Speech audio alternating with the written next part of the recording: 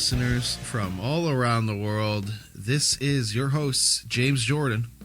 And Michael Wallace.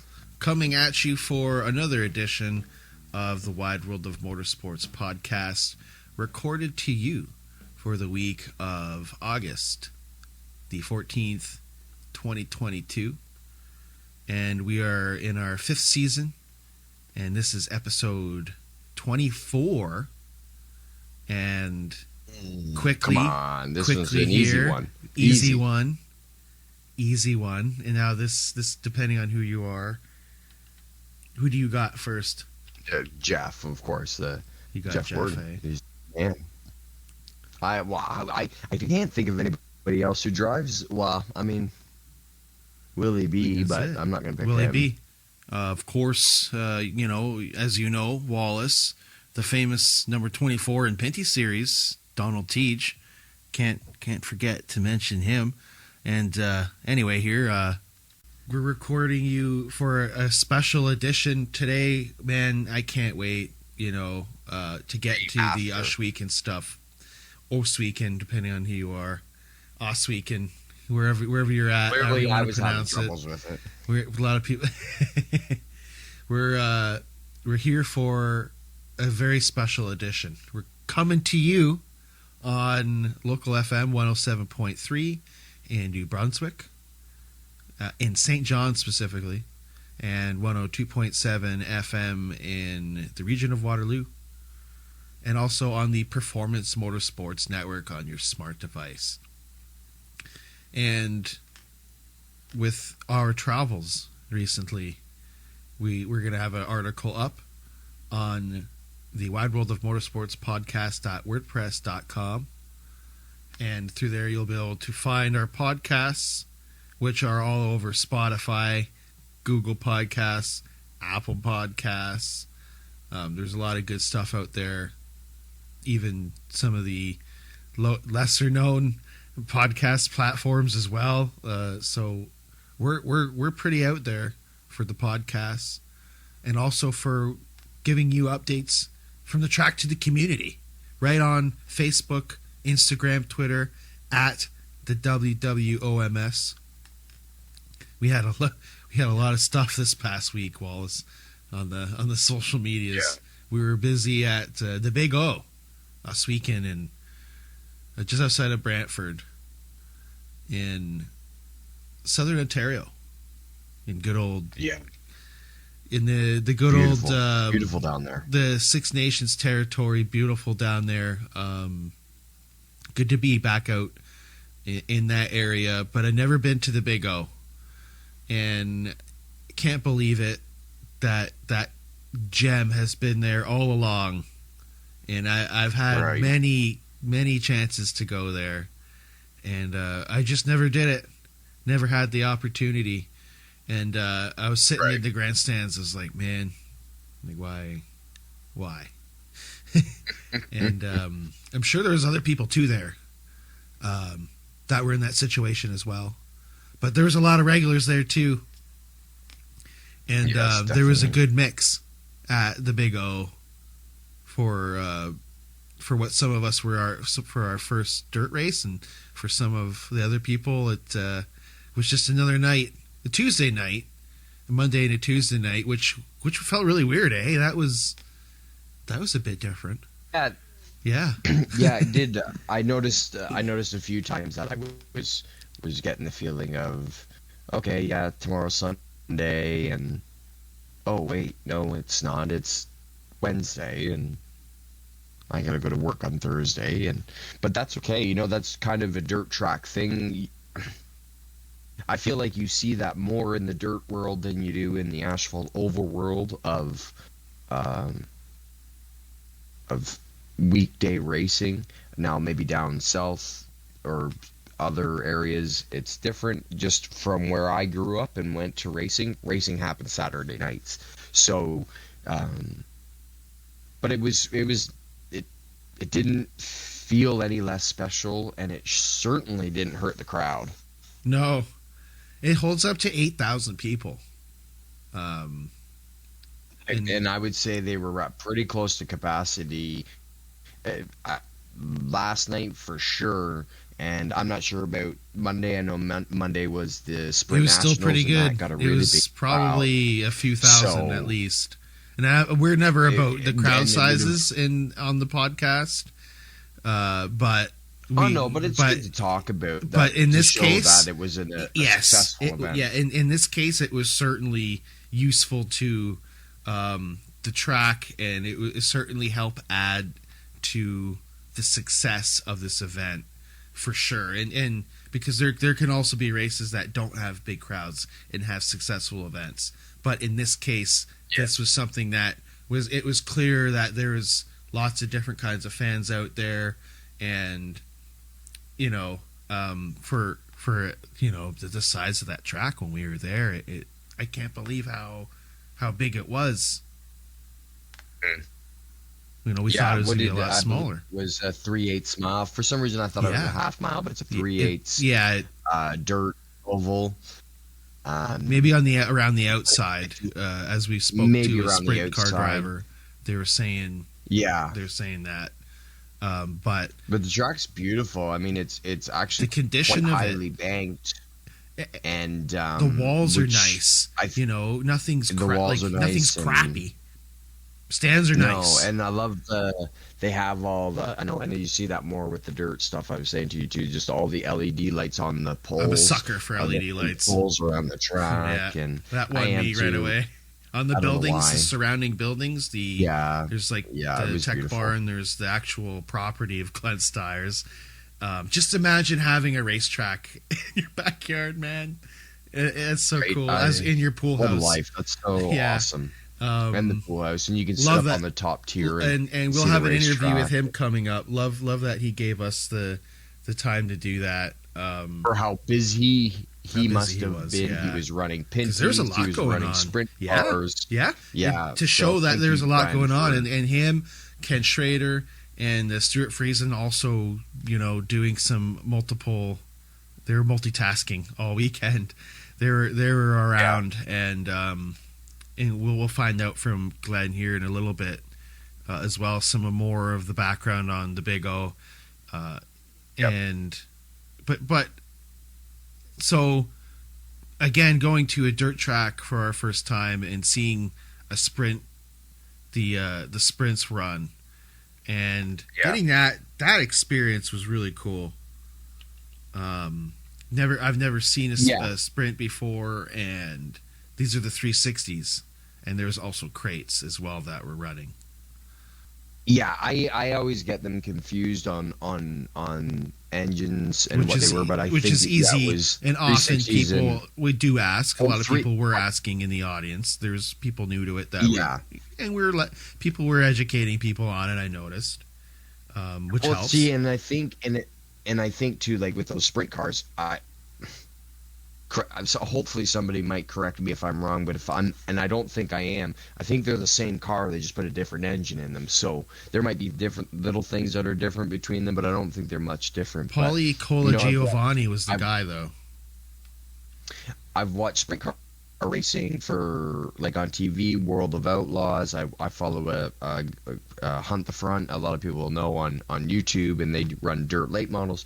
So I've watched a lot of it, but I've never been ever to a live dirt race like you, and I would say sprint cars are really foreign to you and I about just how they move around the track, how they race each other, right? It's just so different from because we're asphalt guys and that we're used to. Yeah, but it didn't make me not like it any. I mean, I thought it was.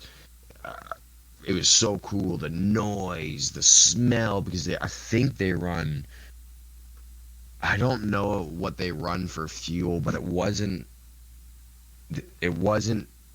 gas. It smells different. I don't know if it's alcohol or if it's methane, nitro-meth. I don't know what it is. Methanol. So it smells really different down there, and especially, we posted some stuff on Instagram and Facebook of us, in the infield during their qualifying session, And man, those guys, they don't hold back. They just the Canadian Sprint Car pretty Nationals and was legit. Yeah, they just let them out there and these guys are ride legit. that top. Well, they're so going. Cool. These guys are driving all out. They're going for $10,000 too. There was some stuff on the line, and so that's another aspect too about. And even in the hot lap challenge, there's $1,500 on for the quickest lap. So that was another aspect too, where where I was finding out money was, these guys were also. That's another thing because that's a lot. This is a lot for them. Well, see, and that's another car racing, when they're racing. That's another aspect inside of when we're watching them race around. There's a little bit of a different heart in that than compared to what we're watching usually. Not that I'm saying there's no heart in it, but it's just a different kind of vibe. Well, it's just different. Like right? the whole they show up, they do 3 laps of qualifying, then they do a heat. And if they qualify, they make it to the main race. If they don't, they go to a B main. And if they don't qualify, they don't even make the race. So they make no money. And the big thing, too, I always notice in dirt is they're very money. Like, it's always $2,000 to win or $5,000 to win or $50,000 to win. They're very, like, they not shy of saying how much money it is. Yeah, and they and I don't know how early this Quick Wick Hot Lap Challenge was set up, but it seemed like I thought they just threw it on recently, and it was cool that Aaron Turkey got to win the $1,500 Quick Wick Hot Lap Challenge, and we also saw Mike Bowman in the Action Sprint Tour crates. He won in that, and Paulie Colagiovanni took his first Canadian Sprint Car Nationals win, holding off the Iceman for $10,000, and that was his first Pinty's Knights of Thunder 360 Sprint Car victory. So that was good race, good to see. Also, it was all this is on GeForce too as well, which is awesome, and that was great. You were coverage there, as and well. I was watching it on It was TV, awesome, getting dirt in the face, getting dirt in the eyes, breathing it in. Never knew that. I was such a wimp to it, and seeing it, a lot of people with goggles on, and some guy had his work stuff on. He was prepared for it, which was awesome. And it's so just kind of soaking in what it was like on Monday was real cool. Seeing these events, and apparently that's like a taste of what it was like. That was day one, but also that was like a little taste of what it's like to be there on a Friday night. That was a little intro for some of the people that weren't used to being there, and then eventually we look into the second day of the week. I was going to say weekend because it felt like a weekend of the week. No, I keep saying wanting to say that too, the weekend, but it was the week. And we got there. We got there as they were taking the cars off the haulers in the NASCAR Pinty Series paddock, and we were going around. We ended up coming across Glenn Styres, and it was real cool to be able to catch up with him and chat with him, and and to be able to talk to such a great person in the community as well, in the Six Nations community. Also, as a Canadian podcast, it's also really cool to be able to get something under our belts that people were not used to talking to as well. This is an important guy in his community, and we're going to find out a little bit about that here. We're sitting here with Glenn Styres, owner of beautiful, I'm going to just show real quickly, beautiful Ohsweken Speedway. We can see track prep underway for the Pinty's 100 to start here. How's the experience so far? You know what? Having so many people come up, and I mean, you may have seen it on the way over here, but everybody's giving me thumbs up and high fives, and a lot of first-time people here walking around, working on the track this morning. Yeah. I had so many guys telling me they hated dirt, but now they love dirt. Like them watching the sprint cars for the first time, they were really impressed with that. Yeah. And with this cloud cover, the sprint cars are going to perform at a lot higher speed today, so it's going to be really interesting. I'm excited to see that. So, like I said to you walking over here, I've been following dirt racing online. I watched World of Outlaws, Lucas Oil Dirt Late Models, and now that I've started watching your Friday Night Thunder on YouTube for GeForce TV, and it's fantastic. So, what have you had to do anything different for track prep for Pinty specifically? No, the only thing different that we did is I ripped the track up, top to bottom, foot deep, repacked it, resurfaced it, got all the ruts out. There's a few ruts that are still stubborn and showing up. Yeah. And these cars are low, so they're digging in and hitting parts, and so we're gonna probably have a little bit of that today. I hope the ruts hold up. I mean, we got nice equipment out there. We're packing the track beautiful. This year cloud cover is an absolute blessing in disguise because we started running in the track yesterday at this time. Yes. And it dried out, poof, like that. And they didn't want us putting any more water on the track, and it was dry. It was unbelievable. Like, but it was a success. It turned out way better than I expected. Yeah, I would agree it was a success. I mean, the sprint racing was phenomenal. He was here live. Jordan was here live. I watched it on TV. How do you think you're going to do today? I mean, everyone's going to say you're got to be the favorite. It's your home track, but this isn't a dirt car. Yeah, it's still tough to drive on this track. I'm hoping that I can, first of all, finish the race because my luck hasn't been that great. Yes. Second of all, I hope we get locked in, dialed in, up to speed enough to where we start at the front. I wouldn't want to start at the back. Mm-hmm. A lot of cars never been here before, so a lot of them are going to probably, spin out, might get sideways, might get, out of shape. Being up at the front, the less chance of that is to happen. My sprint car program hasn't been really that good. I bent a few chassis, and I'm in the middle of building my own chassis. We don't have anything really quite ready yet. Right. Hopefully, when that happens, I get new chassis and my program comes together better. But right now, I'm struggling. I'm hot in the heats. I'm hot in the time trials. I'm hot that. But when it comes to feature, I go straight back, and we got to fix that part. Wow. I've heard that you have quite a bit of experience on dirt, so I think you should be able to. Yeah, we'll be fine. It's just, and I'm patient. You know, I know this game has its ups and downs, and sometimes when drivers are hot, they pick the front row. They just everything goes in their favor, and I pick 12 all the time. So hopefully all of that changes, and I get starting up closer to the front. What's one last question here, because I know you're a busy guy, busy night. What has been the biggest learning curve going from dirt racing to asphalt racing? Minus the road courses. It's 100 times harder than sitting here from the cheap seats watching these cars go.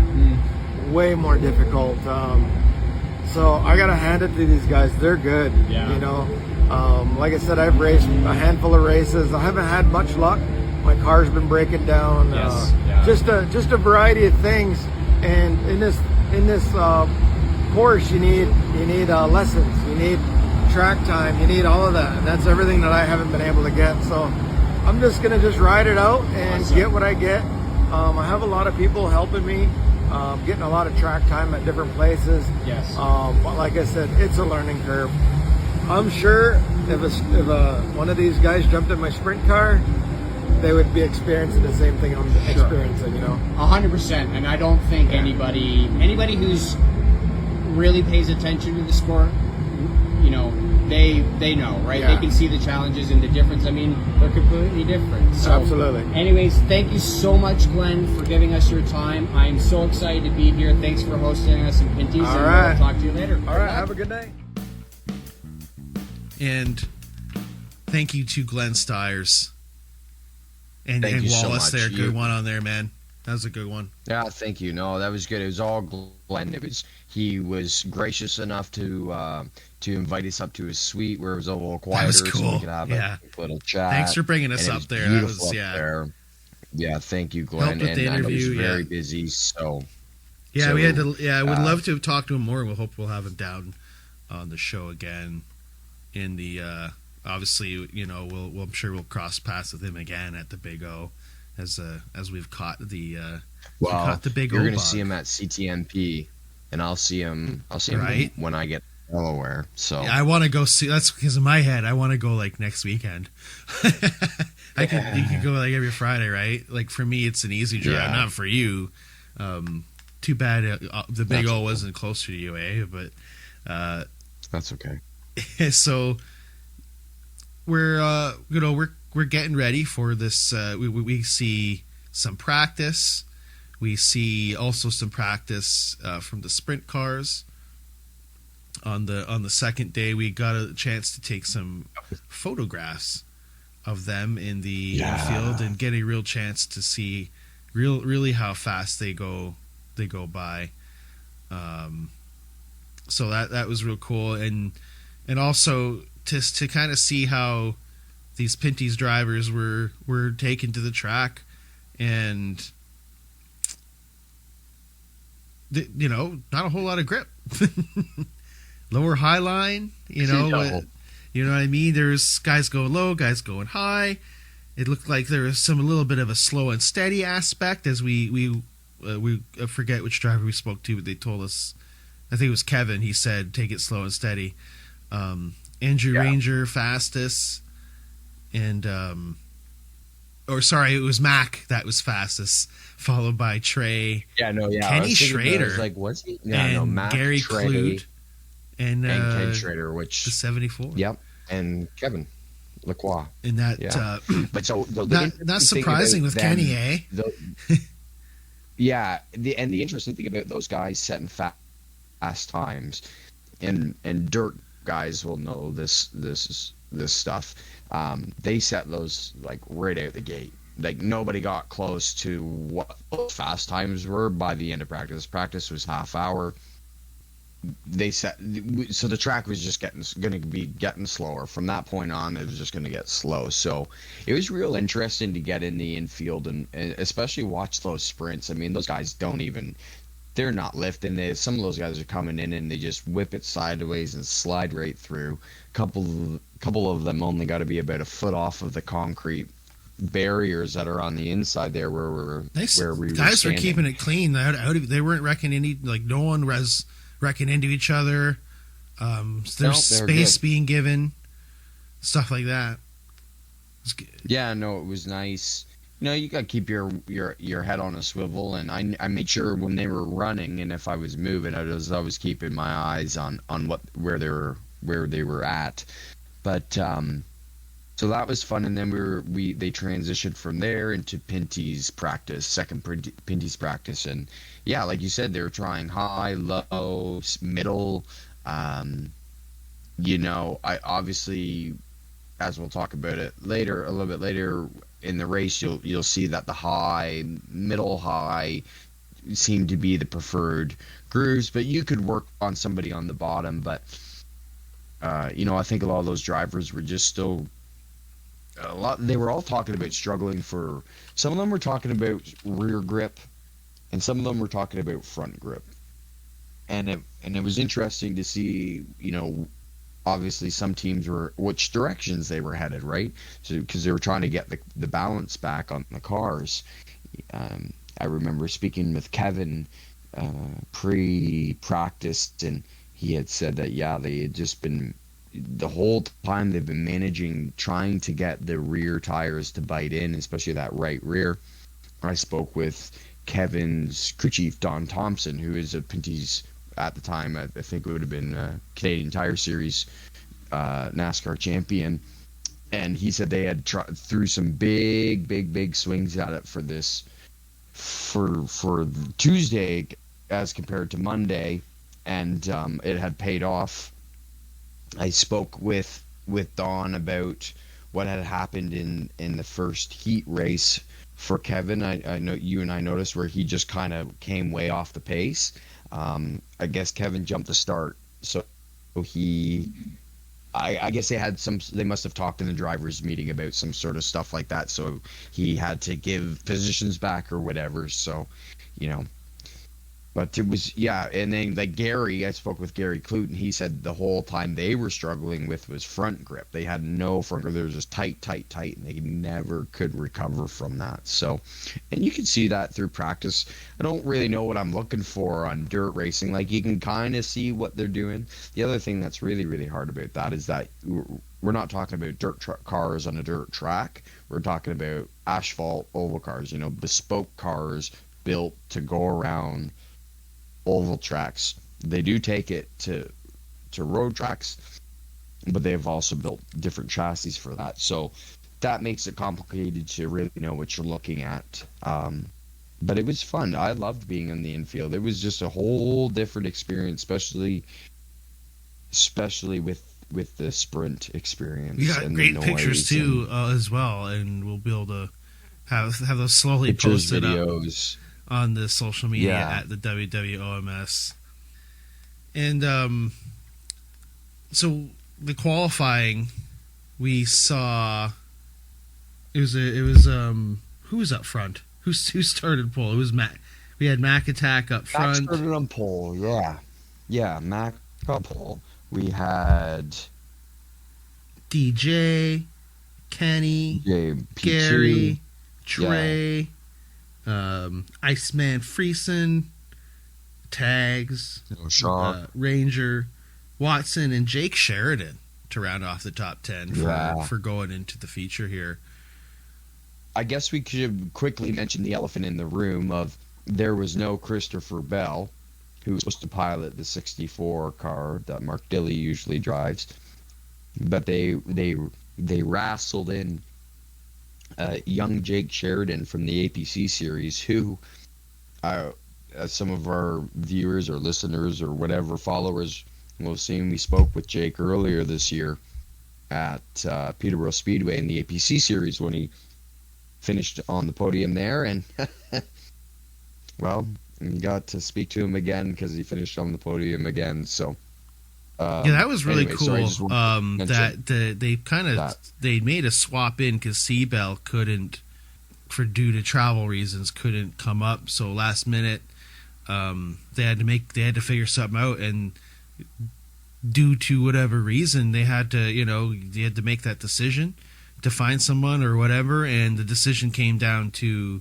Jake Sheridan, and that was actually that was strategically good or whatever. I don't know what came down to that decision, but it was a good idea, and it was awesome. It was for him, and also for Mark and the 64 team, and hashtag bring back the pink. Yeah, to be able also to see a car like that, a team, you can almost kind of question the equipment that they have. It's they took it up there to third, competing with the big guys. So hats off to them. And he didn't hold back. Just a little bit more on Jake, because he's really impressed me all year in the APC series, and he came to the Pinty series. He's had, like you said, we have an interview with him. I'm going to post it up here this week at the WWOMS Facebook, Instagram. At the WWOMS, yeah. That he hasn't run dirt since he ran go-karts. His brother does run a sprint there at Ohsweken, but it was great to see him in that car, and he didn't take anything from anybody. He did not let the regulars push him around. He did not take no guff from a NASCAR Truck Series playoff contender, and he let the guys that run in that series full time know that they should be watching out for Jake. Well, there's a situation too on the track where you see a couple of guys that are non-points guys, but Ken Schrader up there, and then Stewie, wow, like these guys were not screwing around. And then at some point it's like, we saw kind of the old, like, as the drivers were able to figure out the track, we saw some of the regulars kind of figure it out, come up through. And as much as there was at some point which, you know, cautions started to breed cautions during this race. We had a few different caution flags throughout the race, and a lot of them single spinners. Not too much other than what was it, JP, who lost like a bumper or something. I think that was it for. No, JP Bergeron lost seemed like the whole front clip in an accident coming out through 3 and 4, and had a pretty bash. But everyone everyone left with. Had some. He was the only one that left with some significant damage, considering the damage we've seen at some of the tracks this year. You know, I'm thinking of TJ Rinamato getting run over and stuff like that. So that wasn't too bad. You know, the stage breaks, and of course we got cautions at the end. I mean, cautions breed cautions, right? We all know that. Mm-hmm. Which didn't take away from much. You know, it was pretty damn good, just the way it was. I think. You know, with the practice, when the qualifying, I was really like, wow, what is it going to be like in the race? And the race happens, and we saw a great race. You know, it took, like I said, it took a while for people to kind of get into it. Wish it was a little longer, as much as many cautions as there was. Wish it was longer, personally. And, you know, also listening to the radio chatter too with other drivers. You know, a lot of guys, you know, there's a lot. It was cool to listen to the feedback from driver to spotter, and these drivers trying to figure out, you know, what are they going to do, like, or why aren't they happy about it, or you know, maybe some people were maybe some people were like, hey, I'm doing better than this guy. This is like, it's not that I'm quoting anyone, but that was kind of what the like what was like generally on some of the frequencies there I was able to get, and it was hard for some of these racers. I gathered, and we also spoke to some of the drivers too, and they said that. But you know, and when we, you know, we saw the groove kind of move up a little bit and then spread out. There was like 5 wide at one point. There was a lot of different. There was a lot of different types of moves pulled on there. During you that and I race. made that can't pass here joke during like the heat races or quality, because they, not the heat races, at some point, because they were just running in a line, and then I think we were both a little shocked by how much they could actually race each other when it came down to it. Yeah, and yeah, like there was a lot of different experimenting all throughout those 2 days, but we really saw things, like them trying to figure it out during the race, and it reminded me of kind of when the Bristol Dirt Weekend happened, when I was like, I don't know if this is going to work in the Cup Series. I was like, I don't know if this is going to work, and then it ended up being an awesome race. And then you kind of look here, and it ended up being an awesome race. And for sure for Trey, for some other drivers too, you know, they wish maybe there was some better tire action going on, like which we heard from Andrew, and which I also heard on the scanner, you know. And that'll be something that'll be improved, as I'm hearing that the Big O will be getting more events. Yes, we've heard that. So that'll be something that will be improved, but nonetheless, though, fantastic race, and we're able to catch up with a couple of the drivers post-race, which was really awesome for them to be able to give us some time. Gary Klutt, Andrew Ranger, and race winner Treyten Lapcevich, who was able to hold off Stuart Friesen, and we'll actually hear from Trey on his views on that last restart there. So we're standing here with Gary Klutt, driver of the number 59. Where did we start this race? Fourth. Yeah. How was the first 25 lap stint? Yeah, I mean, the first 25 laps was good. We were started fourth, kind of ran around in second and third, and we were good. Track polished up kind of near, 50, 60. The car just went away on us a little bit. Just didn't quite hit the setup there, and just struggled on a few restarts, kind of caught on the inside, caught on the outside, bumped around, and lost some track position. So We ended up P9. Yeah. Not so bad for the new Techwood Dodge, but No. struggled a little bit. Yeah, I noticed the drivers were coming up over the berm there, the top, into that, I would say, dry dirt. Yep. What were you guys doing? Cooling tires, or Just trying to scuff up the tires a little bit. These tires are just rock hard, kind of no grip. So whatever you can do, get some pebbles in there. Right. Yeah. What if you could run this race right now again? With the track it was when it started, what would be the one major setup change you would do to the car that you would think would have helped you throughout the race? I mean, everyone's kind of struggling for forward bite here, and you know, we wrenched on it kind of throughout the day yesterday, and got it pretty good. And I think we just went just a tiny bit too far, and we just got a little bit tight. That's all. Just couldn't quite roll the center is all. Okay. Well, I mean, like you said, not bad for being a completely new thing for everybody. You did drive really well, I thought, and 9th place, not too shabby for you guys. No, not bad. It was it's a lot of fun anytime you get to drive a race car, especially out here on dirt in front of such a big show. You know, Right. Can't complain at all. Right. Decent day running up front for the sponsors for a little bit there, and you know, got to thank everyone, New Techwood, Yes, of course. Boswell Accurate, RGC Sports, Velmo Water, all those guys. Yeah, definitely. No, so decent day. Had a lot of fun. Looking forward to iCar and then Motorsport CTMP. Yeah, and then I won't be back on track till Delaware, but I'll be watching from afar, and good luck. Yeah, appreciate it. Thanks, man. Thank you. I'm sitting here with Andrew Ranger, driver of the 27. You came in for adjustments at the first break, came in for adjustments at the second break. What were those adjustments? Because clearly you drove back from the back to the front. What did you do to make the car good, better? I think the car was like pretty good on the front. I was able to turn the car very, very good, but I didn't have like a lot of dry off.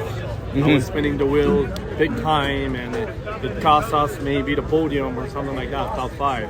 Right. We worked all day for that, and during the race I was just trying to fix the problem.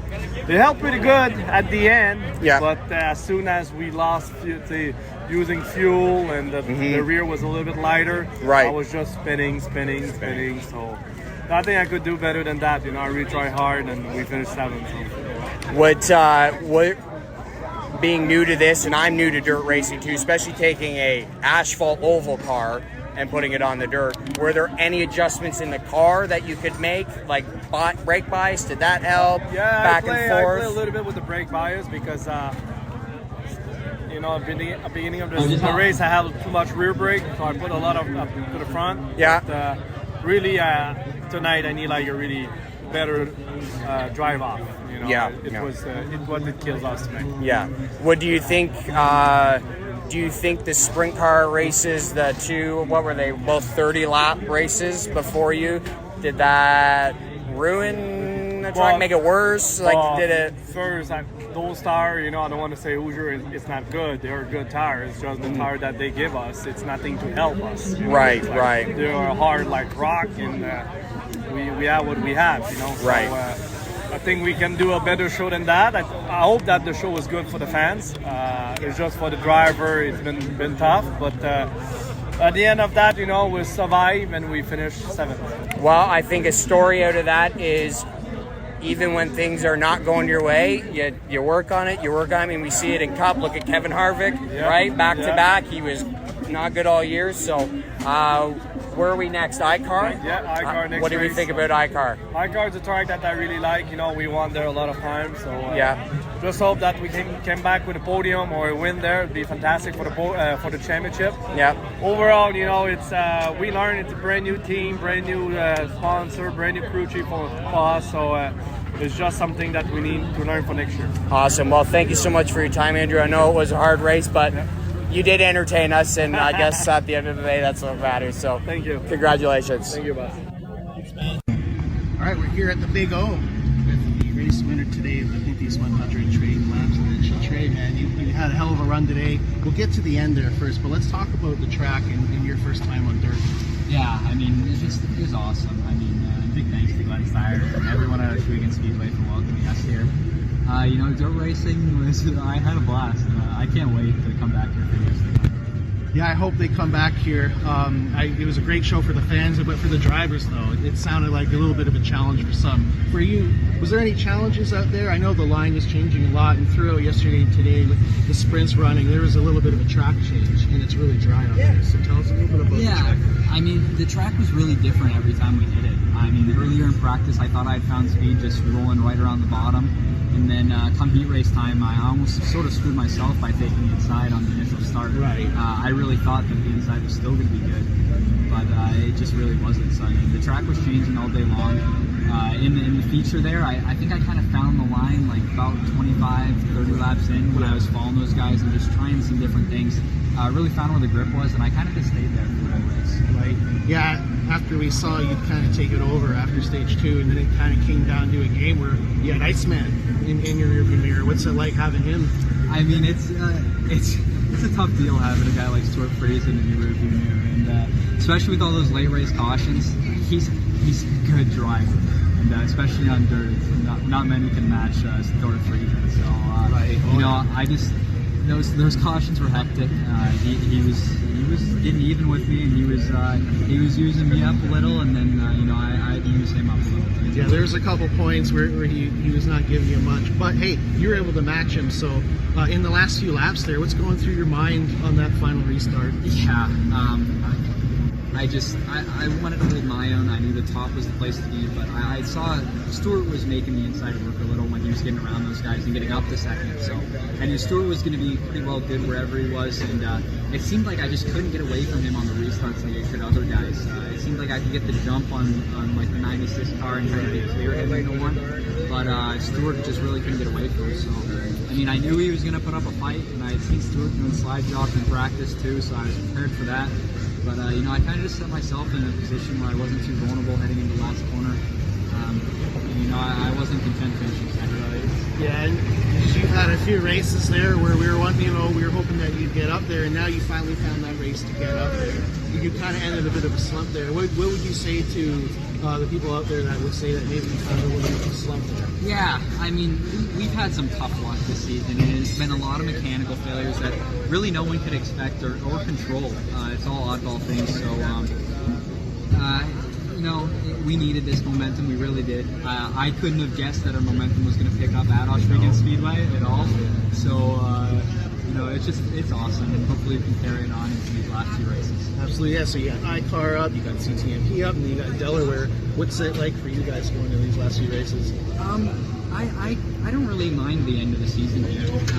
We ran pretty good at iCar in the rain last year until we had the transmission failure, and then we were fast at CTMP earlier this year as well. And of course, Delaware. I think like we were unmatched last year at Delaware and just had so much bad luck. So I think the outlook on the rest of the season is looking pretty good for us, and as long as we keep bringing a great car to the racetrack, I think we might be able to pick up a couple more. Right. Well, hopefully we'll be able to see you in victory lane a couple more times, get a couple more interviews with the new guy on the block, Treyten Lapcevich here. He's going to show up these drivers in the next couple races. We'll see. Thanks, man. Thank you. And race winner Treyten Lapcevich, Pinty's 100, hashtag first in the dirt there. Yes. There's only going to be one first, and it's going to be Trey.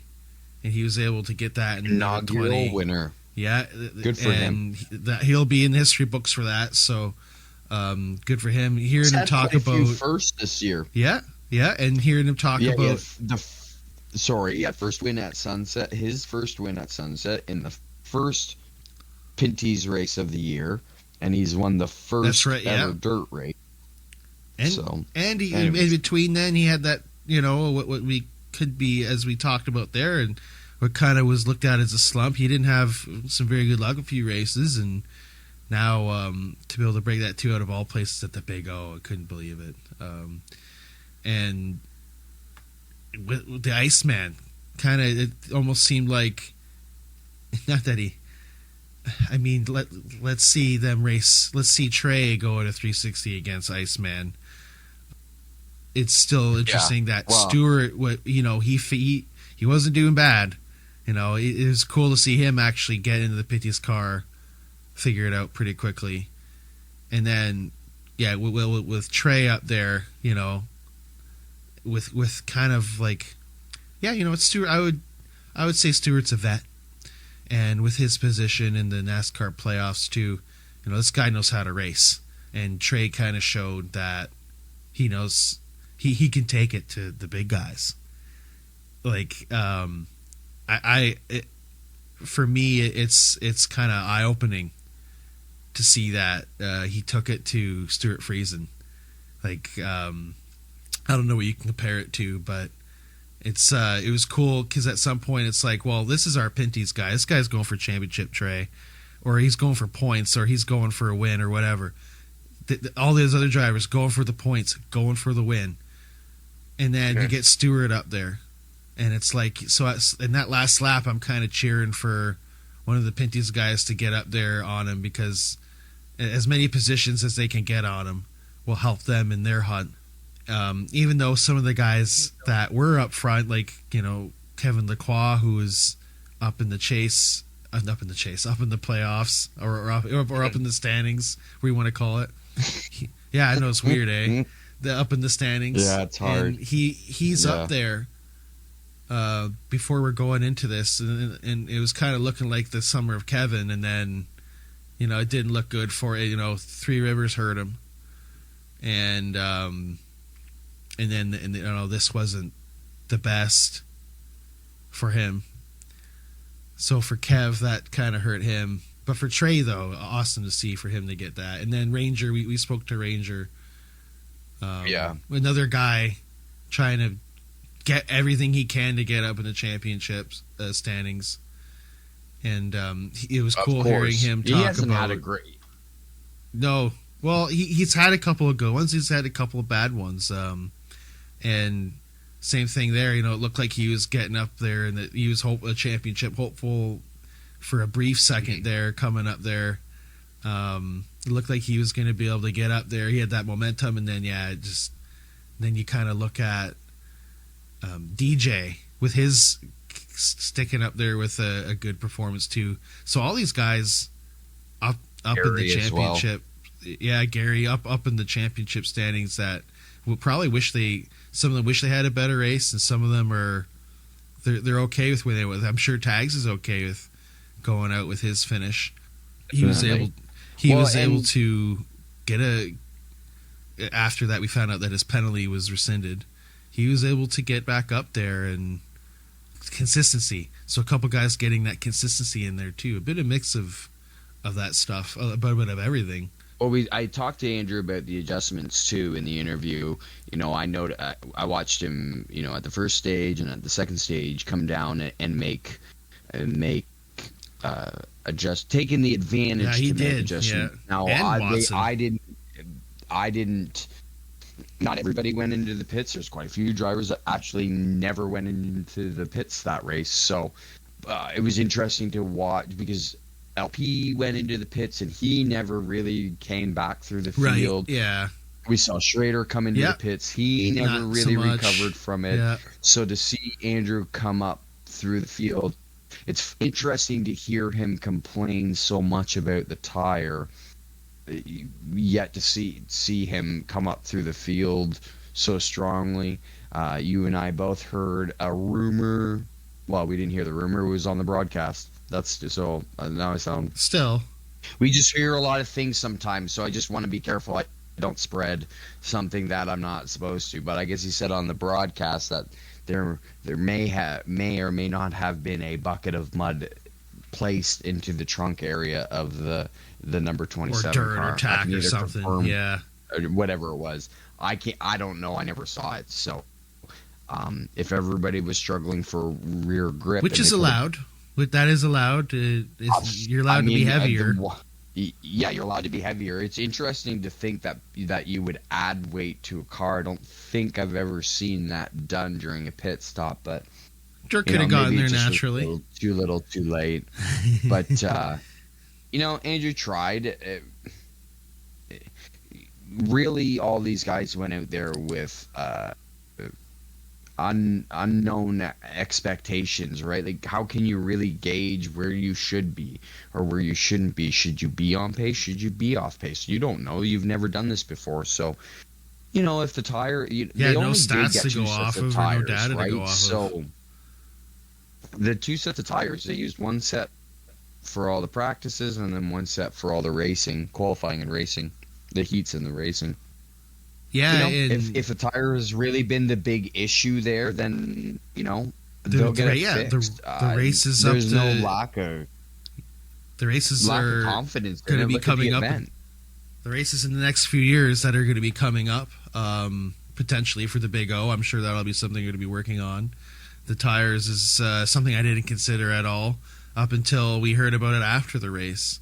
And that was interesting to hear, kind of something that the drivers were all on the same page about no grip. But I think for the fans, that was awesome. So we hear all these drivers talk about this, not that they would be complaining or whatnot, but on the fan side, for at least me, and I haven't paid attention to anything on social media necessarily about it, but it sounds like everyone was pretty happy at the track, and I'm going to guess that'll go over to social media. Sounds like a pretty good on the fan side of things. So from driver to fan side, it was a blast. It was an awesome race. It was so entertaining to watch. So from our perspective, it's so entertaining, but from their perspective, it might be a little frustrating. And they want to make their drive easier. But for us, we're seeing them battle. We're seeing them, I have some shots of looking into the cockpit, and we got a good glimpse of the drivers in the turns and the handwork on them. These guys are wrestling the cars, and it's easy for us to go, oh, that was a blast.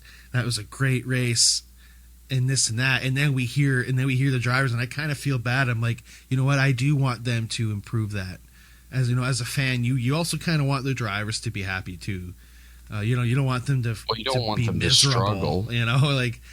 And not that necessarily anyone was miserable, but it was definitely not an easy feat for some this past week at the Big O, and we were put in, I don't know, the event too. They had music, they had food, they had, and with the location that we were at in the back grandstands there, everything is so close.